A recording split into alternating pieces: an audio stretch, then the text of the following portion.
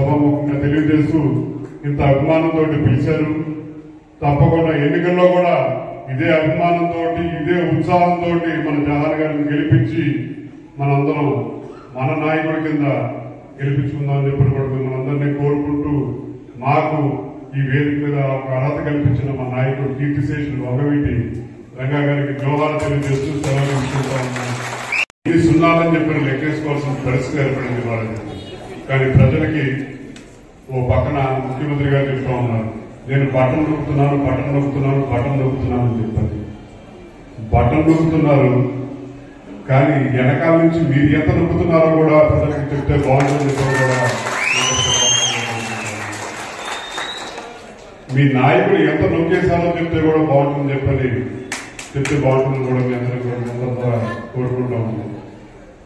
సంక్షేమం అందజేశాం అని చెప్పి అంటూ ఉన్నారు. ఇవాళ ఇక్కడ ఉన్న ఆడవాళ్ళు మిమ్మల్ని అందరినీ ఒకసారి ఆలోచించమని అడుగుతున్నాను.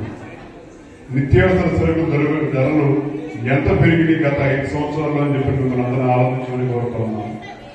వాళ్ళు ఇచ్చే డబ్బులు ఎంత, మన మీద వేసే పన్ను ఎంత అని చెప్పని కూడా మిమ్మల్ని అందరినీ ఆలోచించమని కోరుతా ఉన్నాను. వాళ్ళు ఇచ్చే సంవత్సరానికి 50,000 ఇస్తున్నామని చెప్పి అంటున్నారు, 1,00,000 రూపాయలు ఇస్తామని చెప్పి అంటున్నారు, సెంటు ఇల్లు ఇచ్చామని చెప్పి అంటున్నారు. పేదవాళ్ళకి సెంటు ఇల్లు ఇచ్చామని చెప్పి అంటున్నారు. కానీ మీరు మాత్రం ఇక్కడ ఉన్న నాయకులు గత 5 సంవత్సరాల్లో ఎన్ని వందల వేల ఎకరాలు కొన్నారని చెప్పని కూడా మిమ్మల్ని అందరూ ఆలోచించమని చెప్పని కోరుతా ఉన్నాం. ప్రజలు ముఖ్యమా, జగన్ ముఖ్యమా అని చెప్పని మీరందరూ ఆలోచించాల్సిన అవసరం ఉంది. ప్రజలు ముఖ్యం, ప్రజలు బాగోగులు ముఖ్యం అని చెప్పని అనుకుంటే తప్పకుండా ఇవాళ జరిగే ఎన్నికల్లో కూటమి విజయం అవసరం అని చెప్పని కూడా మిమ్మల్ని అందరూ మీ ద్వారా కోరుకుంటాము. ఇవాళ ఈ ప్రాంతాల నుంచి వచ్చి అన్ని ప్రాంతాలుగా ఏదో ముఖ్యమంత్రి గారి మీద దాడి చేశారని చెప్పి జగన్ రెడ్డి గారి మీద దాడి చేశారని చెప్పుకుంటున్నాము. మా ప్రాంతం వాళ్ళు అలాగా దొంగచాటుగా చేయలేదు. చేస్తే ఎవరు సరే టీ అంటే టీ అనుకుంటారు తప్ప దొంగచాటుగా రాలేసే రకం కానీ కాదు. యంత్రాంగం, పోలీస్ యంత్రాంగం మొత్తం మీ దగ్గర ఉంది.